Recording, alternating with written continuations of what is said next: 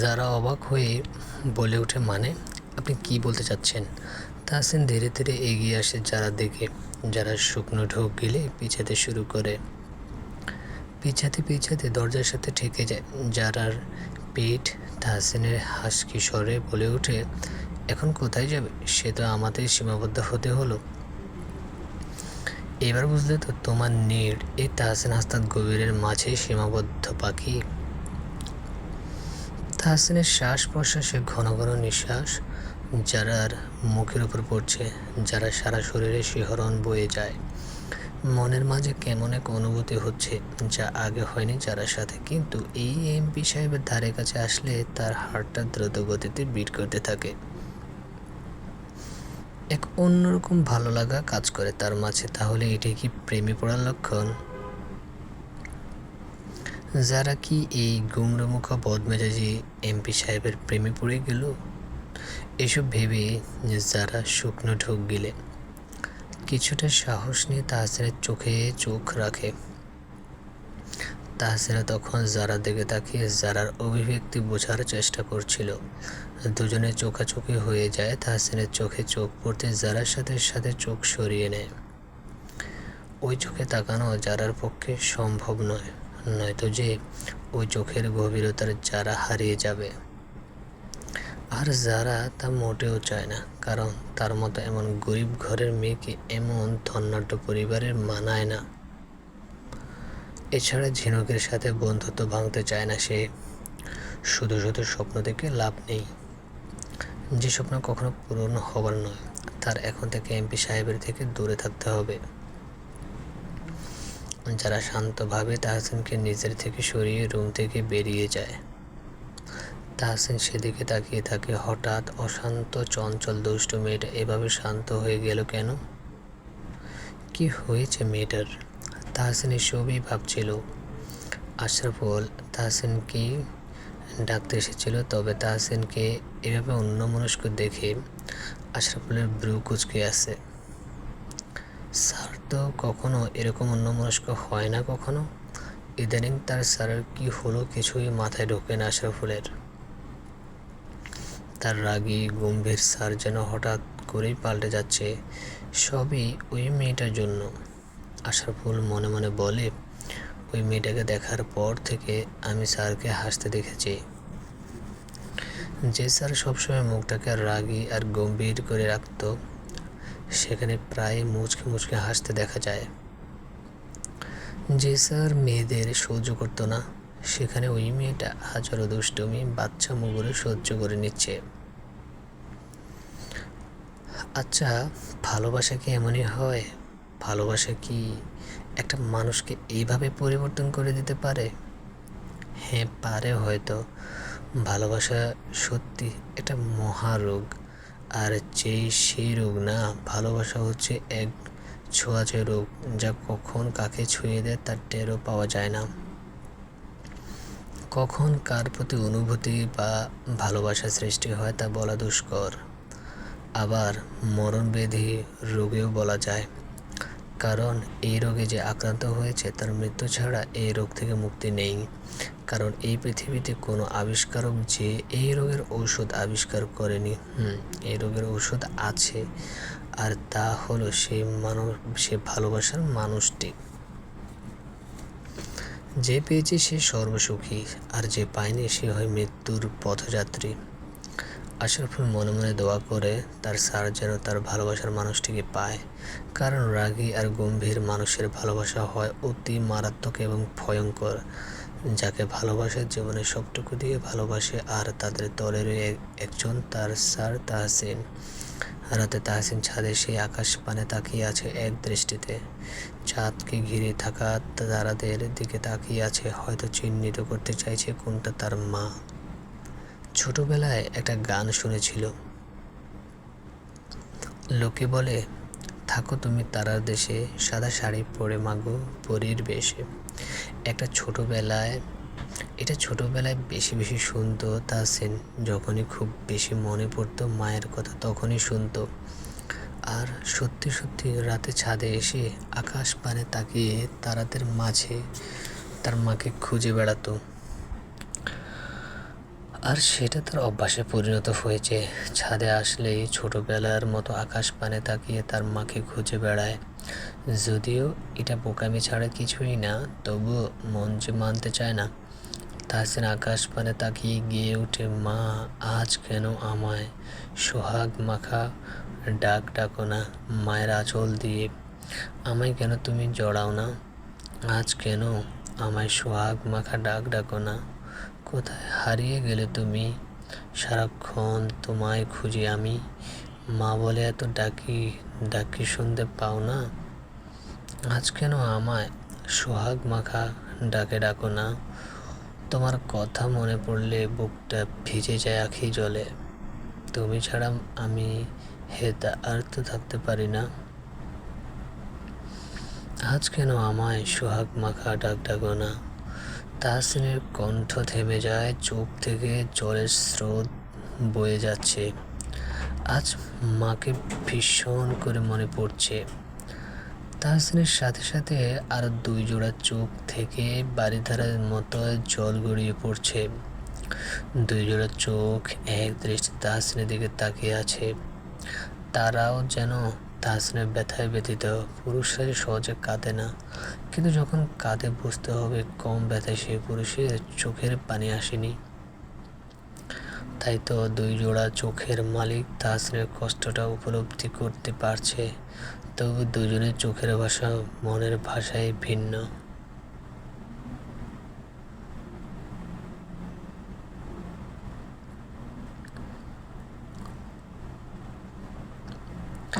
যারাকে রুমে এনে দেয়ালের সাথে ঠেসে ধরে যারা করছে শুধু, তাদেরকে আবারও গমগমে কণ্ঠে ভেসে আসে, মুখের বাঁধন খুলে দিচ্ছি, সাবধানে চিলাচিলি করবে না।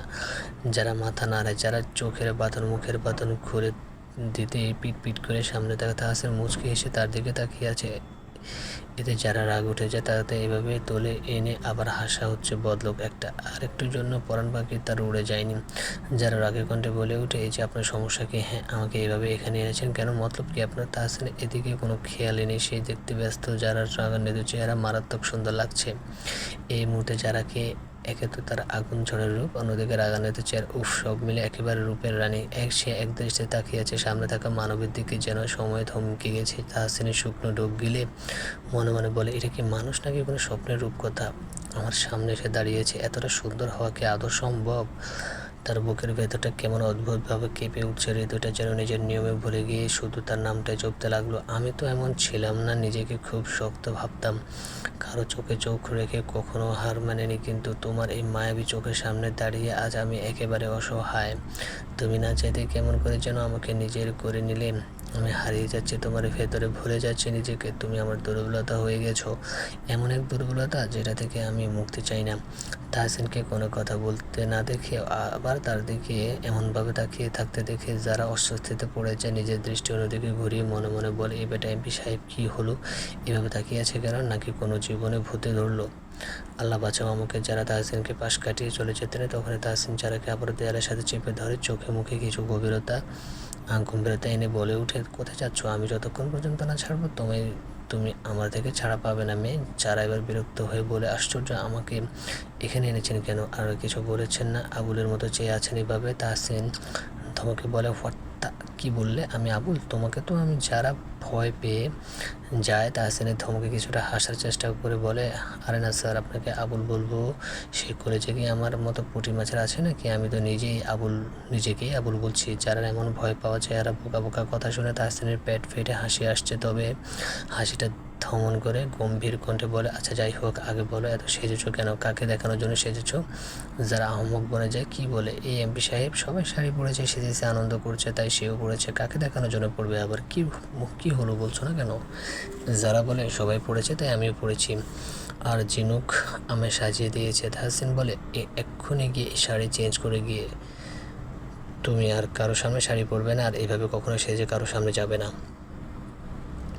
যারা অবাক চোখে তাকায় তাহসিনের দিকে। তাহসিন এবার নরম কণ্ঠে বলে, এই ঝলসানো রূপে আমি চাই না তুমি কারো সামনে যাও। এই রূপ দেখার একমাত্র অধিকার শুধু আমার। আমি তোমায় দেখব তোমার স্বর্গরূপে। বুঝলে আমার স্বর্গরূপা? যারার কি যেন হলো, সে এক দৃষ্টি তাকিয়ে আছে তাহসিনের দিকে। তাহসিন যারার এমন চাহনি দেখে বুকের ভিতর তোলপাড় শুরু হয়ে গিয়েছে। এই দৃষ্টিতে সে বারংবার এলোমেলো হয়ে পড়ে, ভুলে যায় নিজেকে সত্তাকে, হারিয়ে যায় এক অনুভূতির সাগরে। তাহসিন ধীরে ধীরে তার মুখটা এগিয়ে নেয় যারার কানের কাছে, কণ্ঠে কিছুটা মাদকতা মিশিয়ে ফিসফিস করে বলে, তোমার এই চোখ দুটো যেন নীরব কোনো কবিতা, যার প্রতিটা লাইন আমাকে নিজের মধ্যে ডুবিয়ে দেয়। তুমি যখন তাকাও মনে হয় সময় থেমে গেছে।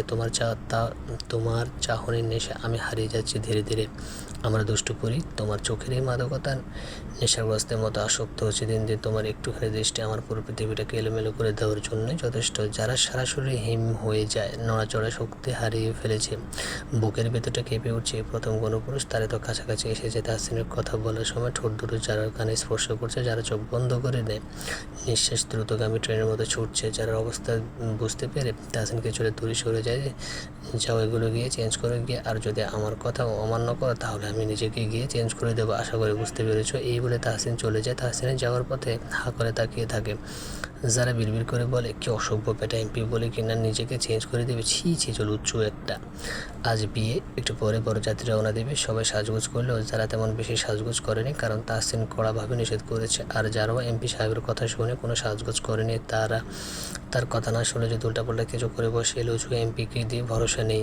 যারাকে সবাই চোরাচুরি করলেও শুনেনি, সে একটা চুড়িদার পরেছে, চুল বেনি করে রেখেছে, আর হাতে কাছে চুড়ি, ঠোঁটে গোলাপি লিপস্টিক, ব্যাস এতটুকুতে কিন্তু এই সাধারণ সাজেই যেন সব থেকে সুন্দরী আর আকর্ষণ লাগছে সবার থেকে। মীরা বলে, তোকে এই সামান্যতে হুড়পড়ি লাগে। ইস, কেন যে আমি ছেলে হলাম না, তাহলে তোর মতো হুড়পড়িকে পেয়ে যেতাম। যারা মুচকে এসে বলে, তুই আমার থেকে বেশি সুন্দর, বুঝলি। মীরা, হয়েছে, আর পাম্প দিতে হবে না বনু। বেশি পাম্প দিলে ফটাস করে ফেটে যাব, পরে আর বিয়ে খাওয়া হবে না।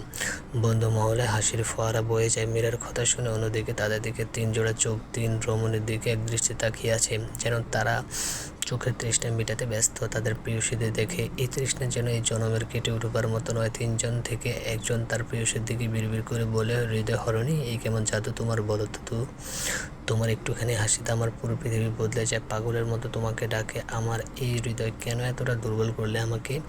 কনের বাড়িতে এসে অনেকক্ষণ হলো, খাওয়া দাওয়ার পর্ব শেষ হলে সবাই বসে একসাথে আড্ডা দিচ্ছে। অন্যদিকে কনেকে সাজানো হচ্ছে। তাহসিন আর বড়রা কনে পক্ষের সাথে বসে কথা বলছে, কিন্তু মন তার দুষ্টপুরীর কাছে পড়ে আছে। আসছে থেকে চোখে চোখে রাখছে। এত মানুষের মাঝে যারা কেমন লাগছে, মাথাটা ঝিম ধরে গেছে। ভাবলো মাথায় পানি দিলে হয়তো একটু ভালো লাগবে, তাই সে ঝিনুককে বলে ওয়াশরুমে যায়। কি ঝিনুক, মীরা যেতে চাইলে বলে, তোদের যেতে হবে না, আমি একাই পারবো, এই বলে চলে যায়। যারা মাথায় পানি দিয়ে যেই না পিছনে ঘুরলো, তখনই দেখলো একটা ছেলে ওয়াশরুমের দরজা সিটকিনিটা লাগিয়ে দিচ্ছে। যারা ভয় পেয়ে যায়, এই ছেলেটা কে। যারা ছেলেটাকে উদ্দেশ্য করে বলে ওঠে, এই কে আপনি, আর দরজা লাগিয়েছেন কেন। ছেলেটা বিশ্রী একটা হাসি দিয়ে যারা সারা শরীরে দৃষ্টি ভুলে আর বলে, কেন সুন্দরী, তোমার সাথে একটু মজা করতে এলাম। বিশ্বাস করো, তোমার মতো এমন সুন্দরী আর হট মেয়ে আমার জীবনও দেখিনি, তাই আর নিজেকে সামলাতে পারিনি, চলে এলাম তোমার কাছে। যারা রাগে সারা শরীর জ্বলছে উঠছে, ঘৃণায় গা গুলিয়ে উঠছে। কত নোংরা মন মানসিকতা এদের, ছেলেটা যারা গায়ে হাত দিতে যাবে অমনি ঠাস করে চড় বসিয়ে দেয় যারা ছেলেটার গালে। ছেলেটা ক্রুদ্ধ দৃষ্টিতে তাকিয়ে থাকে যারার দিকে, যারাও ছেলেটার দিকে রাগের দৃষ্টিতে তাকিয়ে আছে। ছেলেটা গালে হাত দিয়ে একটা বিশ্রী গালি দিয়ে যারা দিকে এগিয়ে যায়। যারা সুযোগ বুঝে ছেলেটাকে ধাক্কা দিয়ে ওয়াশরুমের দরজার দিকে এগিয়ে যায়। দরজা খুলতেই সামনে একটা মহিলাকে দেখতে পায়। মহিলাটি যারার দিকে সন্দেহীন দৃষ্টিতে তাকিয়ে ভিতরে নজর দিয়ে দেখে একটা ছেলে, যার হাতে যারার অন্যটা রয়েছে। মহিলাটি যারাকে বলে উঠে, ছি ছি, এখানে নষ্টামি করতে এসেছো মেয়ে, এমন নষ্টামি করার আর জায়গা পেলে না, শেষে কিনা ওয়াশরুমে তোমরা রাসলীলা করছো। তোমাদের মতো কিছু মেয়েদের কারণে সব মেয়েদের গায়ে কলঙ্ক লাগেছি। যারা চোখ বেয়ে অশ্রু গড়িয়ে পড়ে, যারা কোনো রকম বলে উঠে, দেখুন আন্টি, আপনি যা ভাবছেন তা ভুল। আমি মহিলা আর কিছু বলতে না দিয়ে বলে উঠে, আর কিছু বলতে হবে না, এখন আর শাক দিয়ে মাছ রাখতে হবে না, যা বোঝার বুঝেছি। মহিলাটি এমন চিল্লাচিল্লিতে অনেকে এসে এখানে ভিড় করে, আর মহিলাটির তাল থেকে তিল বানিয়ে ঘটনাটা বিগড়ে দেয়, যার ফলে উপস্থিত সবাই যারাকে গালমন্দ করতে থাকে। যারা আর কি বলবে, এখানে কেউ তার কথা শুনছে না, চুপচাপ মাথা নিচু করে অশ্রু ফেলতে থাকে। এরই মাঝে ঝিনুক তার বন্ধুরা সবাই ছুটে আসে, আর যারা এইভাবে কাঁদতে দেখে তারা দৌড়ে ঝিনুকের কাছে যায়। যারা কাঁদতে কাঁদতে সব বলে, সাগর, তুহিন, মাহিন এরা ওরা রেগে যায়। সাগর ছেলেটার সামনে গিয়ে দাঁড়িয়ে ঠাট্টিয়ে একটা চড় বসিয়ে দেয় আর বলে, এই জানোয়ারের বাচ্চা, তোর সাহস কী করে হলো ওকে বাজে কথা বলা আর ওর গায়ে হাত দেওয়ার চেষ্টা করা? তোকে তো আজ মেরেই ফেলবো জানোয়ারের বাচ্চা। ইতিমধ্যে সারা বিয়ে বাড়ি এই ঘটনা জানাজানি হয়ে যায়। তাহসিন ফোনে কথা বলার জন্য একটু আড়ালে গিয়েছিল, কিন্তু এসে দেখে যারা নেই। আবার উপরে থেকে হট্টগোলের আওয়াজ ভেসে আসছে। তাহসিনের কেমন একটা খটকা লাগে। তাহসিন দৌড়ে গিয়ে যায়।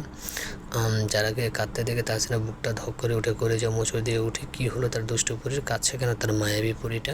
তাহসিন যেতেই ঝিনুক কেঁদে কেঁদে সব বলে। সব কথা শুনে তাহসিনের মাথা গরম হয়ে যায়। রাগে চোখ দুটো জ্বলে উঠে সে সাগরে থেকে ছেলেটাকে ছাড়িয়ে উত্তম মধ্যম দিতে শুরু করে আর বলে, তোর যা, আজ তোকে মেরেই দেবো আমি।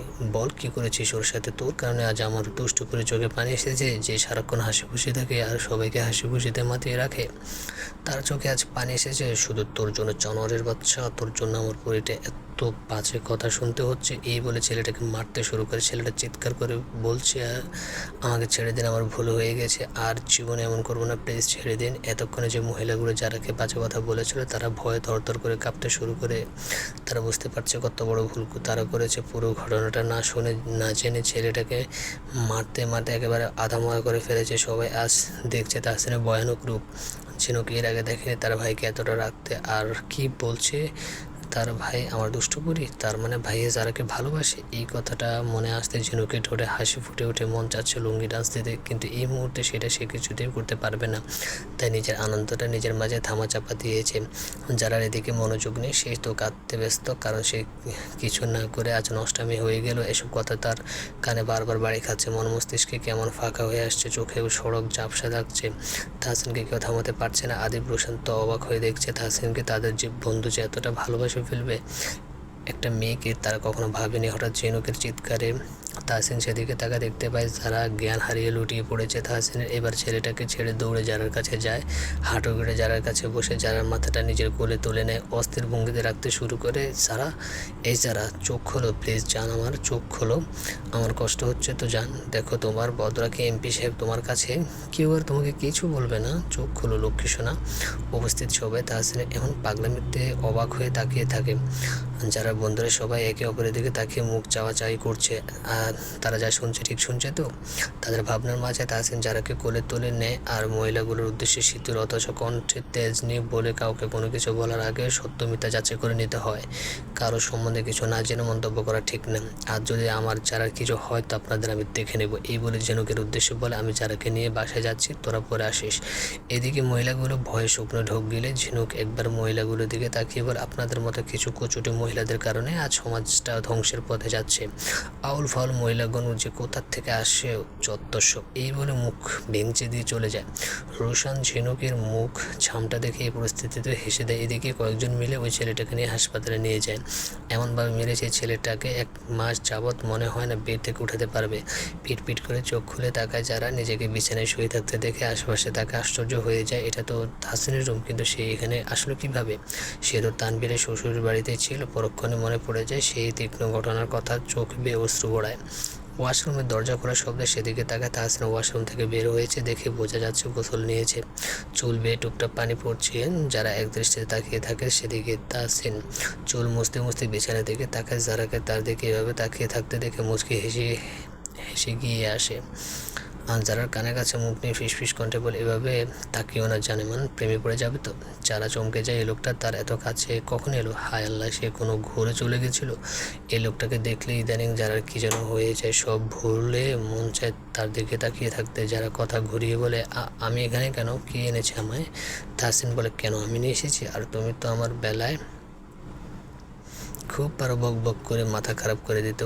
তো ওই মহিলাগুলো যখন তোমায় আজে বাজে কথা বলেছিল তখন কিছু বলনি কেন? মুখের উপর কিছু বলে দিতে পারলে না?